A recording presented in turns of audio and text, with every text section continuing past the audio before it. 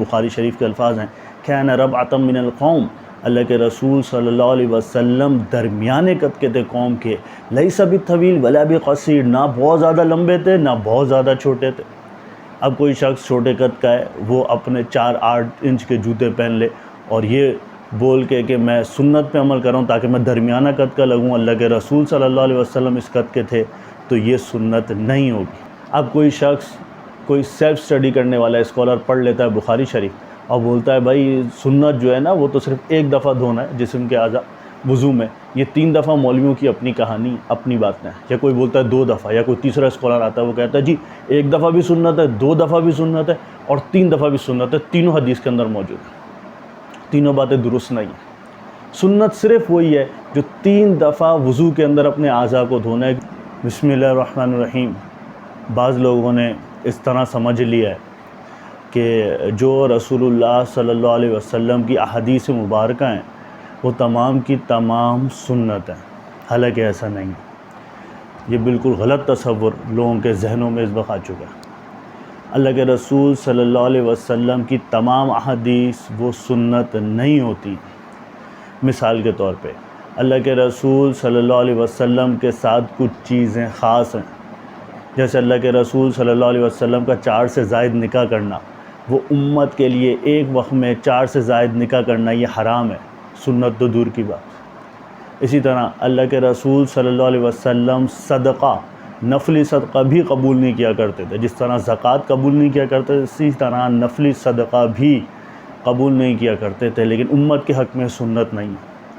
صدقہ قبول نہ کرنا، یہ خاص ہے اللہ کے رسول صلی اللہ علیہ وسلم کے ساتھ۔ اسی طرح رسول اللہ صلی اللہ علیہ وسلم کا حلیہ مبارک، اللہ کے رسول صلی اللہ علیہ وسلم بخاری شریف کے الفاظ ہیں کان ربعۃ من القوم، اللہ کے رسول صلی اللہ علیہ وسلم درمیانے قد کے تھے قوم کے، لیس بالطویل ولا بقصیر، نہ بہت زیادہ لمبے تھے نہ بہت زیادہ چھوٹے تھے۔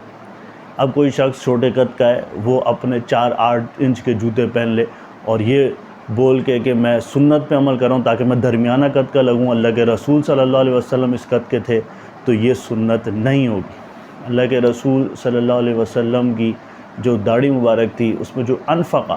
یہ حصہ جس کو اردو میں داڑھی بچہ کہتے ہیں، اس کے کچھ بال سفید تھے، سفید بال تھے۔ اب کوئی شخص اگر سفید بال کر لے اپنے داڑھی کے انفقہ کے اور بولے کہ سنت ہے، یہ سنت نہیں ہے۔ اسی طرح بہت ساری ایسی مثالیں جو ابتدائے اسلام کے اندر حکم رکھتی تھیں لیکن بعد میں منسوخ ہو گئیں حدیث کے ہی ذریعے، یہ بھی تمام سنت کا درجہ نہیں رکھتی کیونکہ حکم بعد میں حدیث کے ذریعے سے منسوخ ہو گیا۔ اس کی بے انتہا مثالیں اللہ کے رسول صلی اللہ علیہ وسلم نے، ابو داؤد شریف کے اندر روایت ہے احتجم افطر حاجم والمحجوم، اللہ کے رسول صلی اللہ علیہ وسلم نے فرمایا کہ وہ شخص جس نے پچنا لگوایا، حجامہ لگوایا اور جس کو لگایا، دونوں کے روزے ٹوٹ جائیں گے۔ یہ ابو داؤد شریف کی حدیث ہے۔ لیکن ترمذی شریف کے اندر حدیث ہے کہ اللہ کے رسول صلی اللہ علیہ وسلم نے خود حالت احرام میں روزے کی حالت میں پچنا لگوایا، تو یہ آخر عمل تھا۔ اللہ کے رسول صلی اللہ علیہ وسلم کا جب حجۃ الوداع، جب آخری حج ہوا ہے، اس حج کے موقع پہ اللہ کے رسول صلی اللہ علیہ وسلم نے پچنا لگوایا، اس کے چند ماہ بعد اللہ کے رسول صلی اللہ علیہ وسلم دنیا سے پردہ فرما گئے۔ ذوالحجہ میں حج ہوا ہے، اس کے بعد محرم، صفر اور ربیع الاول میں وصال۔ تو یہ حکم اس حدیث کا کہ پچنا لگانے والا، حجامہ لگانے والا اور لگوانے والا دونوں کا روزہ ٹوٹ جائے گا، یہ منسوخ ہوا۔ اسی طرح ابتداء اسلام کے اندر اللہ کے رسول صلی اللہ علیہ وسلم کی حدیث مبارک موجود ہے تودعوا مما مست النار، وضو کرو ہر اس چیز سے جس کو آگ میں پکایا گیا۔ یعنی اگر کوئی گاجر ہے، کھیرا ہے، آپ اس کو رو کھا رہے ہیں، خود کھجور کھا رہے ہیں تو اس سے وضو نہیں ٹوٹے گا، لیکن وہ چیز جو آگ میں پکائی جا رہی ہے، گوشت ہو گیا، روٹی ہو گئی، ان سب کے کھانے سے وضو ٹوٹ جائے گا، دوبارہ وضو کرنا پڑے گا۔ لیکن آخر میں اللہ کے رسول صلی اللہ علیہ وسلم، صحابی کہتے ہیں حضرت جابر رضی اللہ عنہ، کان آخر الامرین من رسول اللہ صلی اللہ علیہ وسلم ترک الوضوء مما مست النار، کہ اللہ کے رسول صلی اللہ علیہ وسلم کے دونوں معاملے میں جو آخری عمر میں جو حضرت اللہ کے رسول صلی اللہ علیہ وسلم کا وہ عمل تھا وہ یہ تھا کہ آگ میں پکا کے جس چیز کو کھایا جاتا تھا اس کے بعد وہ وضو نہیں فرماتے تھے،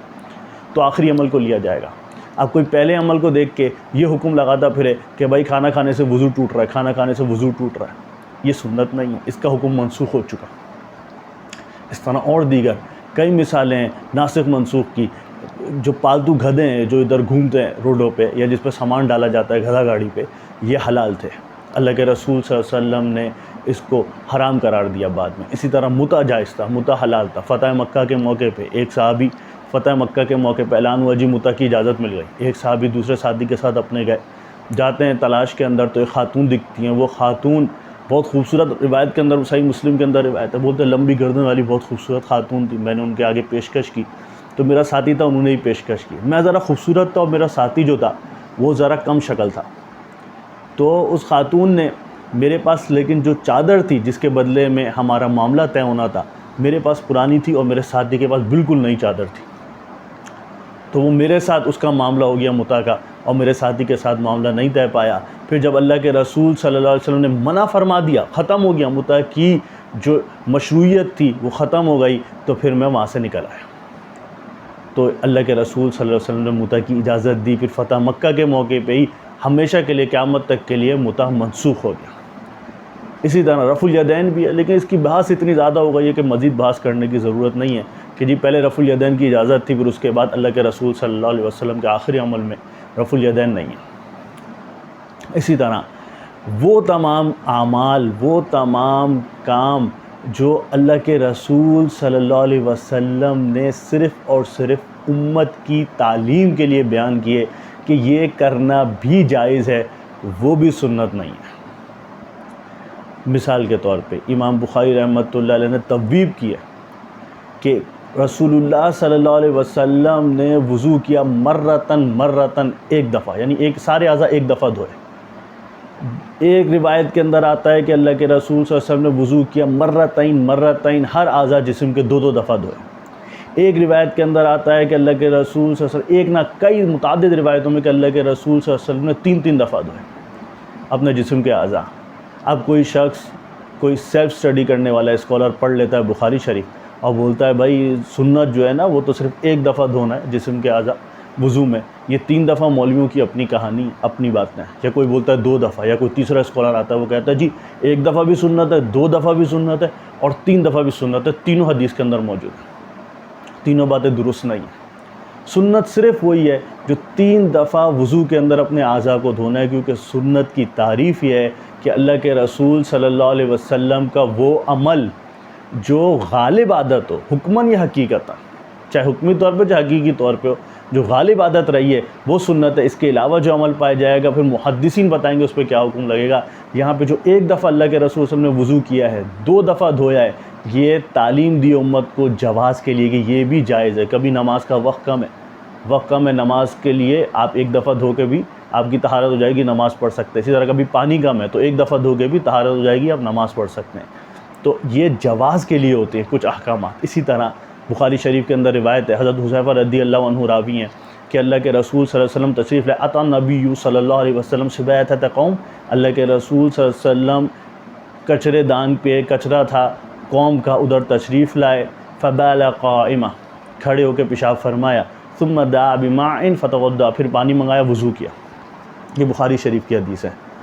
امام بخاری رحمۃ اللہ علیہ اس پہ تبویب کر رہے ہیں کہ اللہ کے رسول صلی اللہ علیہ وسلم نے کھڑے ہو کے بھی پیشاب فرمایا، بیٹھ کے بھی، یبول قائمہ و قاعدہ، کھڑے ہو کے ہی بیٹھ کے بھی، لیکن روایت نقل کی ہے کھڑے ہونے والی، بیٹھنے والی روایت نہیں لائی کیونکہ وہ غالب عادت تھی، وہ تو طریقہ یہی تھا کہ بیٹھ کے پیشاب فرمایا کرتے تھے۔ اما عائشہ رضی اللہ عنہا فرماتی من حدثکم ان النبی صلی اللہ علیہ وسلم کان یبول قائما فلا تصدقوه، اما عائشہ فرماتی ہیں کہ اگر تمہیں کوئی یہ بات کہے کہ اللہ کے رسول صلی اللہ علیہ وسلم کھڑے ہو کے پیشاب کیا کرتے تھے تو اس کی کبھی تصدیق مت کرنا۔ ما کان یبول الا قاعدہ، ہمیشہ بیٹھ کے ہی پیشاب فرمایا کرتے تھے۔ اسی طرح حضرت عمر فاروق رضی اللہ عنہ فرماتے ہیں اللہ کے رسول صلی اللہ علیہ وسلم رعانی رسول اللہ صلی اللہ علیہ وسلم، اللہ کے رسول نے مجھے دیکھ لیا، انا ابول قائمہ، میں کھڑے ہو کے پیشاب کر رہا تھا۔ اللہ کے رسول نے منع فرمایا، یا عمر لا تبول قائمہ، اے عمر کھڑے ہو کے پیشاب مت کرنا۔ حضرت عمر فرماتے اس کے بعد سے کبھی بھی میں نے کھڑے ہو کے پیشاب نہیں کیا۔ تو یہ جو کھڑے ہو کے پیشاب کرنے والی روایت آئی ہے یہ عذر کی وجہ سے امت کو تعلیم دی جا رہی ہے کہ کہ ایسا بھی کیا جا سکتا ہے جب کوئی پریشانی ہو، جب یہ خوف ہو کہ بیٹھنے سے کپڑے گندے ہو سکتے ہیں، ناپاک ہو سکتے ہیں، جب کوئی کمر کے اندر تکلیف ہو یا کوئی اس طرح کا معاملہ ہو، تو کھڑے ہو کر بھی پیشاب کیا جا سکتا ہے، ورنہ پیشاب کی چیٹوں سے تو بچنا یہ واجب قرار دیا گیا۔ اللہ کے رسول صلی اللہ علیہ وسلم نے بیان فرمایا کہ اس قبر میں اس شخص کو جو عذاب ہو رہا ہے وہ پیشاب کی چیٹوں سے نہ بچنے کی وجہ سے۔ تو کھڑے ہو کے اگر کوئی پیشاب کرے گا تو اس میں تو زیادہ موقع ہیں اس بات کے کہ وہ پیشاب کی جو چیٹیں واپس اس کے جسم کے اوپر آئیں گی۔